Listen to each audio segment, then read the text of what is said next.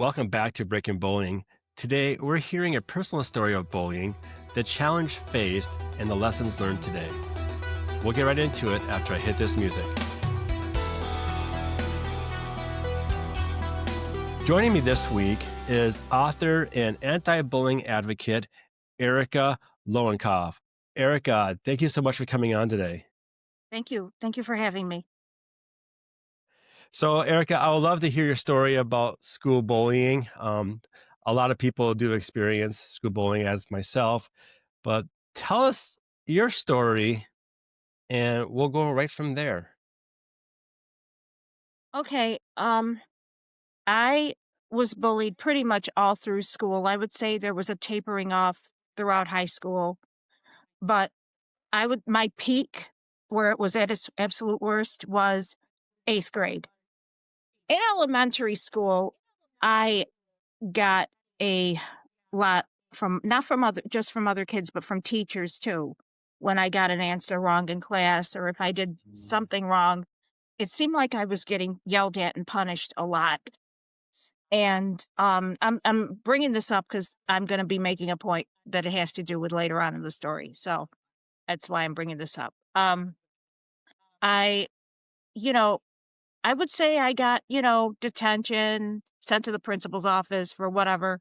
I never got suspended because I never did anything that bad that it had required that kind of a punishment. But, and I'm just curious though, detention for what? Like, why would they uh, think they need to give you detention for getting something for an answer talking out of wrong? class, acting, I guess I was kind of considered, this was in the early 80s. So it was like this was before the whole ADHD thing and autism. Okay. Well, yeah.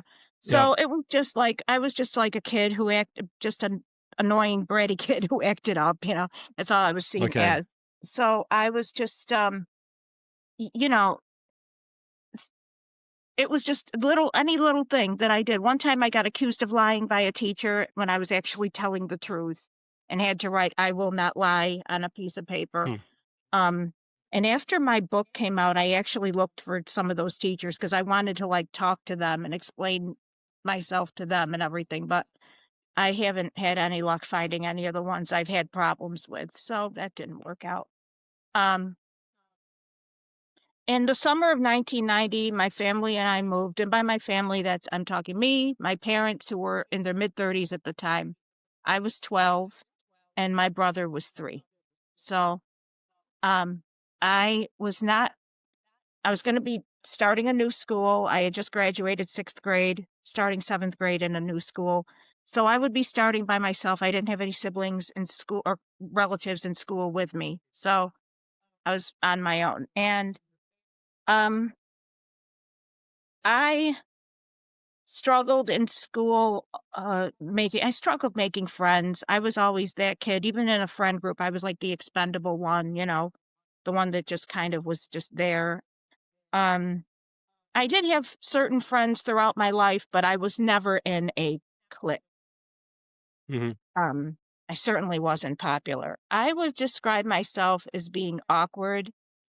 Um, I would describe myself as being I think one mistake that I really made and one that I really regret was I was too eager to fit in and for people to like me. Like I made it way too obvious.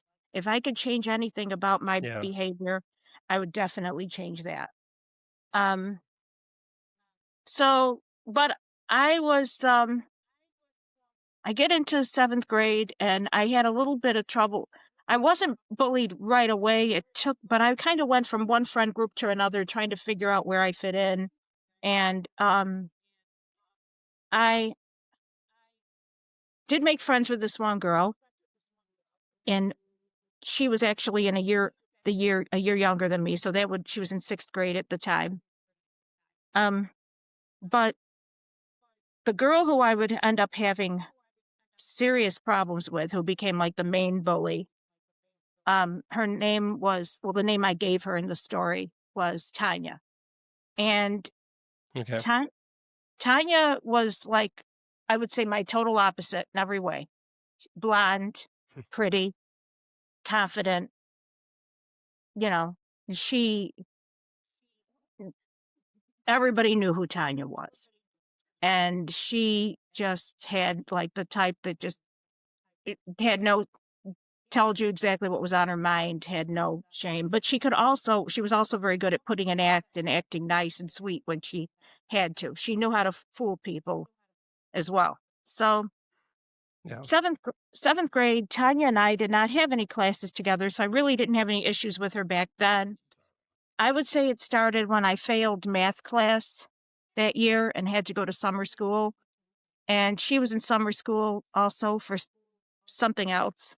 And that morning, while waiting for class to start, she would talk to me and at first I'll be honest, at first I couldn't tell if she was trying to be my friend or not. I couldn't figure out where she was coming from or what her deal was. She made me a little nervous because but then the more she talked to me, the more I noticed she was very like condescending. There was like a condescending tone to her, the way she spoke, like things like, where do you buy your clothes? Or where do you get that kind of thing. Like she would like Hmm. look me up and down how I was dressed or my hair. She always had a comment to make and it made me really uncomfortable. And I was really awkward. And so anyway, so she made me very self-conscious, but I'll be honest, I didn't know how to handle it. And I was kind of on my own. I didn't have like a group of friends to kind of help, protect me or whatever. So I felt very vulnerable. Yeah. So, um, I ended up passing math and then 8th grade started and she and I had two classes together that year, homeroom and second period, I believe. And, um, and it was throughout the course of that year that her bullying got worse and worse. She just kept testing her limits. And the more she got away with, the further ahead she got. It started with name calling. It started with, and every day she would walk by, she would make a comment about the way I was dressed or the way my hair looked.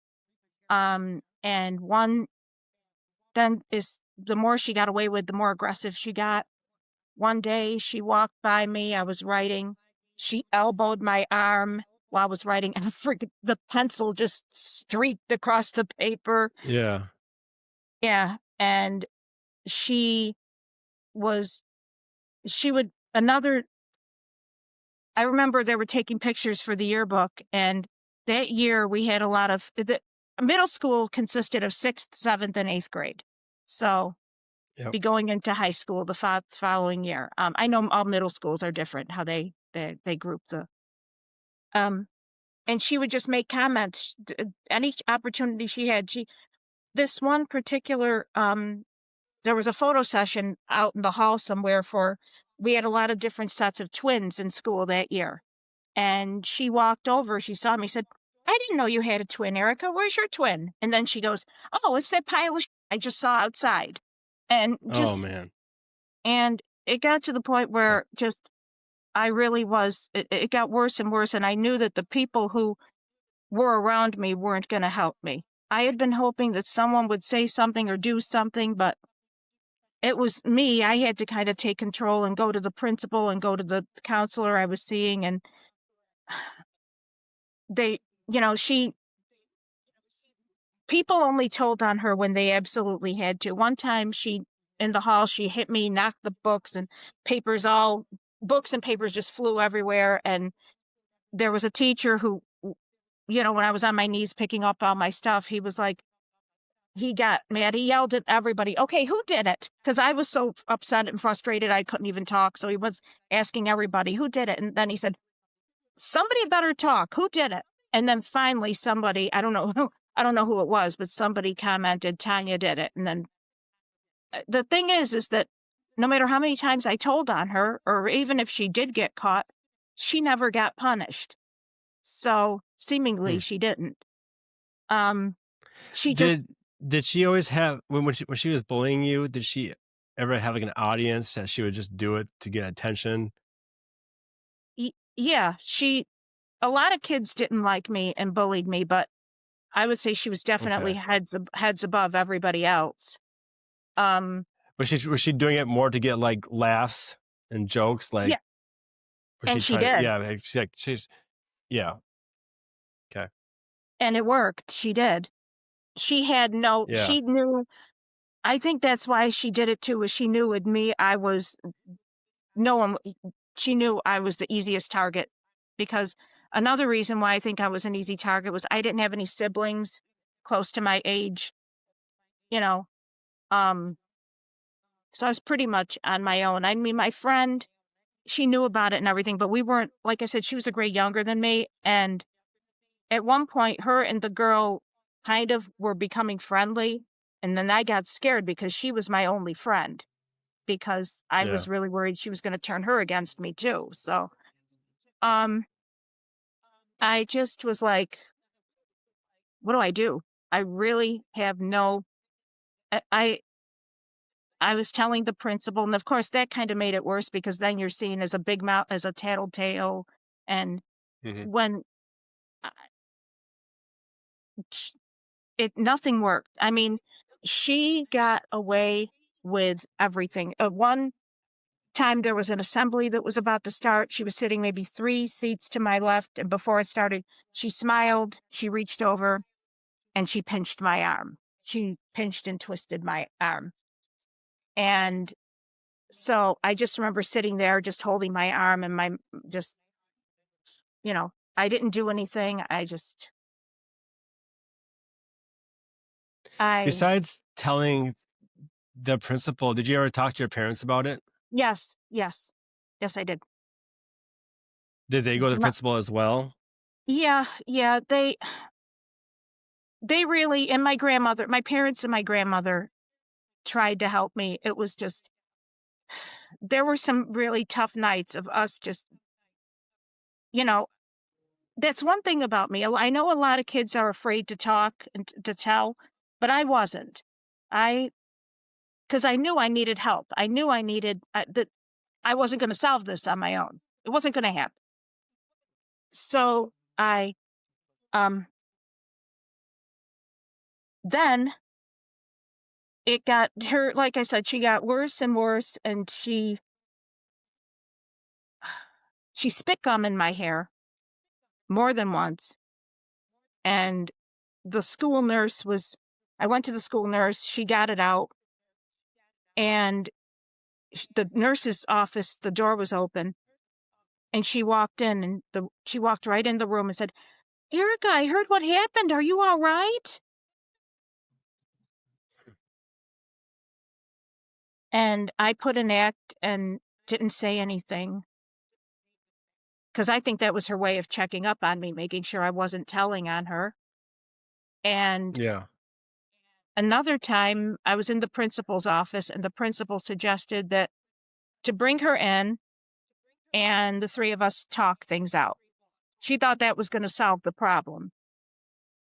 And I got scared and I said no, because I was afraid what was going to happen to me after that. I thought that was just going You to know, make it worse. I always wondered why that is like the first go-to thing. Like, do we really, if I was being picked on, do I really want to sit next to them and have a talk about my feelings? I don't, it happens today in schools too. It's like, why is that the number one go-to thing? Just deal with it. Just discipline them, tell them they need to stop. I did my part. I don't know why schools do that still, but anyways, carry on. Sorry about that. I just had to say that. No, no, I'm glad you did because I'm curious as to like nowadays if they still do that's how that is handled. And I just going from my experience, and I don't want to tell people how to do their jobs, but that doesn't work. And I'm living proof that it doesn't work. Yeah. So, um, just so you know, there's a few instances that I'm talking to you about that are not in my book because I had to cut it down quite a bit. Um, so I'm giving you a little bit more than what's actually in the book.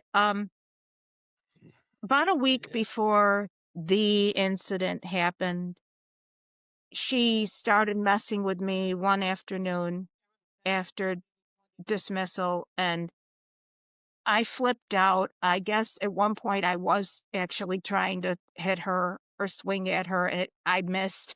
And she once she got me riled up and upset, she got what she wanted. She took off.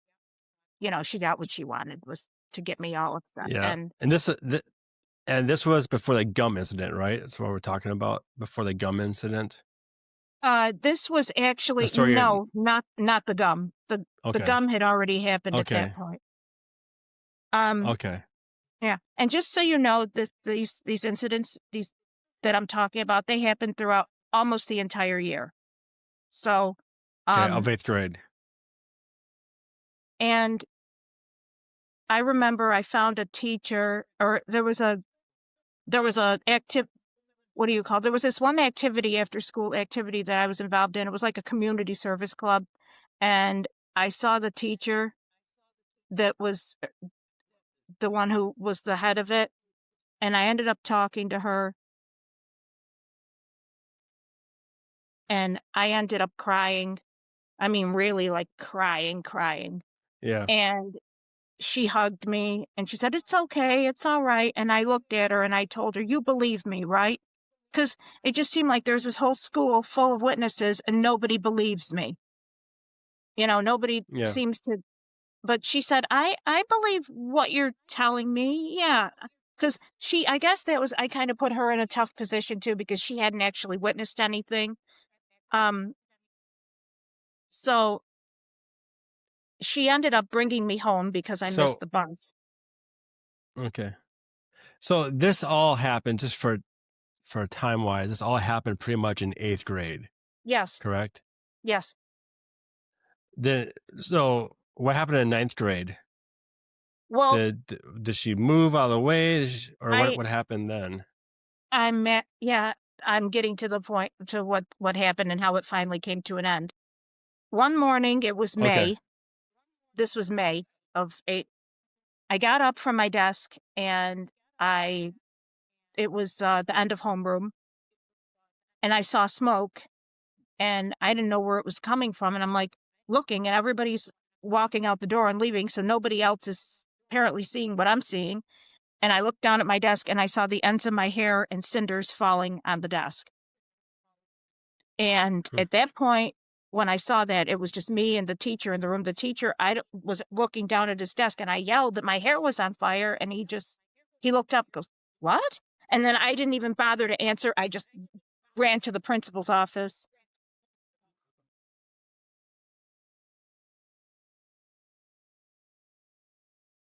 She lit your hair on fire? Yes, yes, Was yes. she still in the classroom when that happened? Like, By the time I noticed it, she was already gone. so she ran away. So what happened to her after that? Um, I got into the room. I held my singed hair up to show them I was not injured. My skin and my clothes were not touched. It was just the ends of my hair Yeah. Yeah. over my right shoulder. And I held my hair up, and the secretaries, everybody ran up, got towards me and was looking at it. And they brought me into the principal's room, sat me down. The principal went and called my father. And I she went, she called him, she went and talked to me, and she said, "We're going to get this taken care of. Don't worry." You know, and there was no question, there was no doubt in my mind that it was her who did it. Yeah. And, um, and I have to prove that even further. My teacher finally came around and we were outside of the office talking.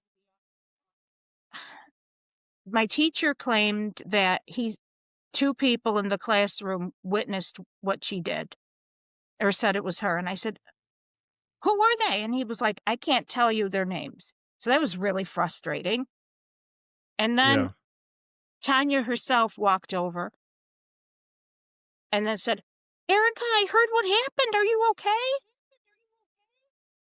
In front of the teacher, right in front of him and I. Hmm. He do they have any idea who did it? And I said, no. And he kind of looked at me. He gave me like a side eye to say, yeah, he knew she was lying. So even though even if he didn't actually witness her doing it, he did. Um, so then I did go to the nurse's office. She asked me how much hair came off, and I said it was just some ends of my hair and just some cinders with it. And she said it wasn't a big clump of hair though, and I said no. Um, and then I there was nothing she could do for me because there was no actual, beyond that, there was no injury. So then I went back to class, and by the end of the day, everybody knew what happened. Yeah. By that afternoon, Tanya ran up to me and she said that they had called the police on her, and she ran off crying. And I don't know why I thought this, but at the point I was kind of surprised that the police were involved. I'm not anymore, but I was then. Um, Yeah. and then just, oh, I went to ninth period class, and then a teacher came in, peeked in, said the principal wanted to see me immediately. So I get to the office, and there's 3 people waiting for me: the principal, my father, and a police officer. So police officer, principal said, introduced me to the cop, said he wants to get a statement from me. And she and my father left the room. And I just told the cop what I knew. And the thing is that that still to this day does not make sense, is I was not considered a witness because I did not see it actually happen. But he called in another girl from our class who was sitting right nearby. She told the officer she did not see anything. And he said, I'll be honest, I don't see how she could be right there and not see anything happen. And I asked him, do you think she's covering up for the other girl? And he said, yeah, yes, I do. So I thought there was witnesses though. That's what So makes no now when the sense cops to me. come, there's no witnesses. Yeah. Yeah, So did it's this lady did Tanya get in trouble then, or? she did confess. She did confess, and Okay, good. the reason I know that is because my father actually saw her statement. And Okay, by the end of the day, the principal did tell us she was suspended indefinitely. good. So, So was that the end of you and well, Tanya? Is that the end of your bullying experience, or? here's the thing, and there's so much about this story to this day that makes no sense, because the following day our yearbooks had come in, and we were in the hall, and we were waiting to, pick up our yearbooks, and she goes and walks down the hall with her friends like nothing happened. And I was with my friend, and I said, what is she doing here? She was expelled. What is she doing here? Yeah. And then she said, oh, don't worry, maybe she just came to get her things, which makes no sense.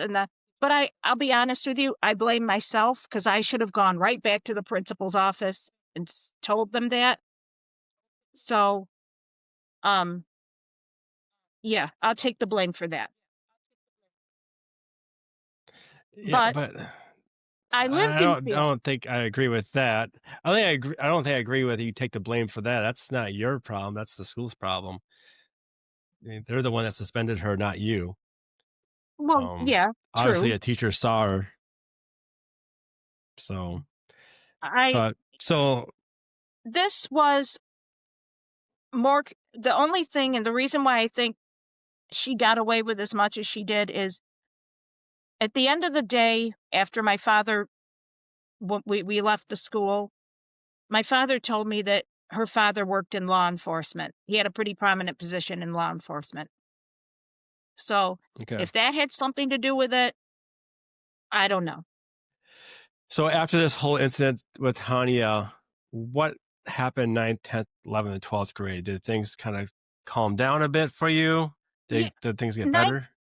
ninth grade was tough in the beginning. A few her friends obviously blamed me for telling on her.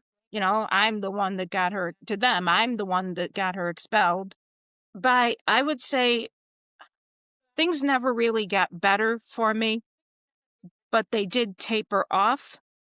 Nobody else pulled anything like Okay. that. And I just became more and more of a loner throughout high school. My high school experience was not a happy one. It was not it was just do what I need to do to graduate. So how did this experience affect you today? Or Well, how I should say this again. Yeah, how did the bullying throughout school affect you today as an adult? oh, it, I would say there's so many ways, really. That's a really loaded question. Um, Reading about Yeah. children and teenagers taking their own lives due to it because it's something I thought about doing many times. Um, I considered many times just because I knew I understand, I feel their pain and their fear of walking into school, being afraid of what might happen to them. Um, and feeling also the frustration when their parents say the school knew what was happening and didn't do anything. Okay. So as an adult getting a job, working with people, did any of that, experience being bullied carried over to your work life, how you meet new people today? Is that still happening today where you still have issues meeting new people, trusting new people? I do. Yeah. Yeah, for sure. I was bullied by my boss once. Um, Okay. and she used to, look for any excuse to tell me I was doing something wrong, and if I wasn't doing something wrong, she'd make something up. Um, and I do have friends, but I am careful about who I'm friends with. And it's the thing that I have So the issue that you're cautious. yeah, very. Yeah, you're just being very cautious these days. Yeah. Yeah, yes. It's like when you go through something like that, when people are friends with you, you don't know what their intentions are or if they're only being friends with you because they feel sorry for you. Because I always thought like people are that's a problem I had for a very long time, and to some extent now is you think they're just being nice to me because they feel sorry for me. Or So Erica, what made you want to write a book about your experiences? well, my book is actually a three-part story, and the bullying is in the first part. I also, Okay. in my mid-30s, experienced a health crisis and, had to have a life-changing surgery. And then part 3 is about a trip to Toronto that I took, with my mother, and that was also, a lot of unexpected stuff happened, and so I would say those in the very beginning, when I was writing the very, very beginning rough draft, I wasn't even sure if I was gonna include the bullying because it didn't really fit with the rest of the story, but I figured here's my chance to finally explain myself, explain how people, how I felt. I feel like I'm one of the most misunderstood people, so this is my chance to finally explain what this psychological damage this did to me and how this affected Hmm. me. So that's why I added it in and why I included it. Okay. And what is the title of your book? Missing the Boat, a memoir. Missing the boat. How'd you come up with that title? Well, there is an actual boat involved. In Act 3. Okay. Yeah. Okay. Okay. So just focusing on the bullying part, for Act 1, what do you hope to accomplish that readers get about bullying? Well, I really think, I'll be honest, I think the adults need to read it. It needs I think the kids know how serious bullying is, the kids that are experiencing it. I feel like the adults, especially adults that work in the school system, or need to know how damaging this is, and how if you ignore it, there's certain kids that some kids might stop on their own. I've had plenty of times where kids who were bullying me just stopped. But then there's Hmm. others like Tanya that won't, and that will keep going and pushing their limit, keep Yeah. yeah, That, so have you have you ever wondered why you're bullied by Tanya? Was there ever a reason why she picked you, or I do, like well, I'm gonna usually just say people a pick on you couple. for a reason? Yeah. No, I will tell you one thing, she was not jealous of me. I was not jealousy, Yeah. because I was nowhere near as pretty, nowhere near as popular. Um, I think that she was the type that liked being the center of attention. And I think she found Hmm. me, that she thought of me as someone who was, where she's here, I'm there. And I think she thought, because I was new too and didn't have anybody to stick up for Yeah. me, I think I was just so easy. You're Yeah, you were gonna be the butt of her jokes, and that's how she's gonna get attention and friends, by picking on you. Yeah, And you happen to be the and it punchline worked. for everything. Yeah. So, Erica, if people want to find your book, Missing the Boat, where can they find it? It's, on Amazon. Currently, it's just available in paperback. So, Erica, I can tell your personal story of bullying still bothers you today. And there's people out there who want to connect with you, maybe share their stories with you as well, or learn how to find your book. How can they find you? Um, I'm on Instagram. The name is Missing the Boat Memoir, and my name is also going to be there, Erica Lowenkopf, and my Okay. profile picture is my book cover. So that's how you'll find me. All right. Perfect. And if you're listening on your favorite podcast platform, you'll find her Instagram link in the show description. And if you're watching on YouTube, you saw it go across your screen. Erica, thank you so much for coming on and sharing us your story. Thank you.